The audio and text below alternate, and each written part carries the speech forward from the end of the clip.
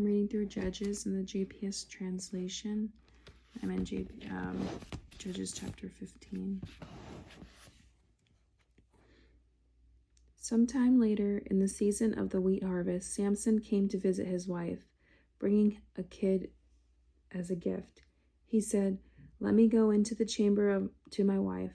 But her father would not let him go. "I was sure," said her father, "that you had taken dislike to her, so I gave her to your wedding companion. But her younger sister is more beautiful than she. Let her become your wife instead." Thereupon Samson declared, "Now the Philistines can have no claim against me for the harm I shall do them. Samson went and caught 300 foxes. He took torches, and turning the foxes tail to tail, he placed a torch between each pair of tails. He lit the torches and turned the foxes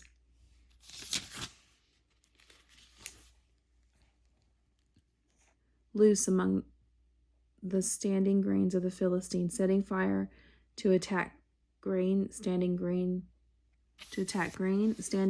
vineyards, and olive trees. The Philistines asked, "Who did this?" And they were told, "It was Samson, the son-in-law of Timnite, who took Samson's wife and gave her to his wedding companion." Thereupon the Philistines came up and put her and her father to the fire.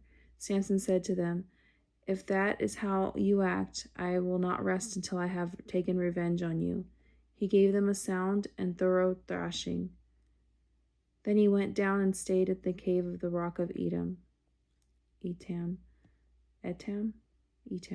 The Philistines came up, pitched camp in Judah, and spread out over Lehi.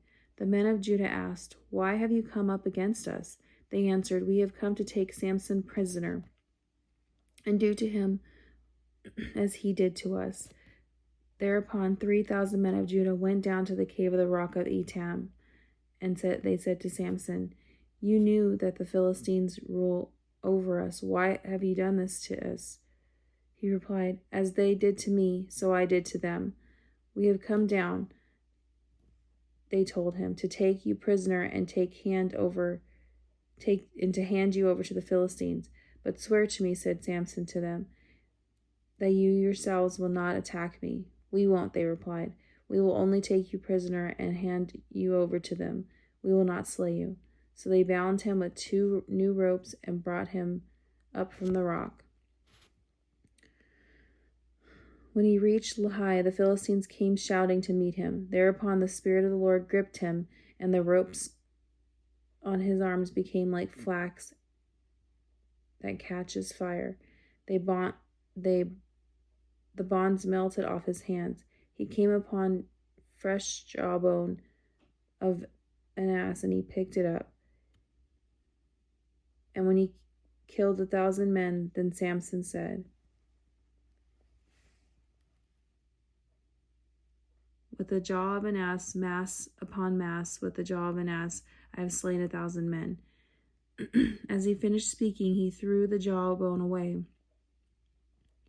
Hence the place he was called Ramoth Lehi. He was very thirsty, and he called to the Lord, "You yourself have granted this victory through your servant, and must I now die of thirst and fall into the hands of the uncircumcised?" So God split open the hollow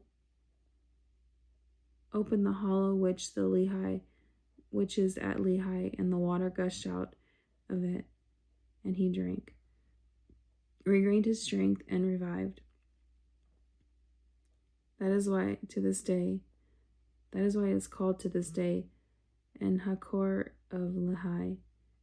He led Israel in the days of the Philistines for 20 years.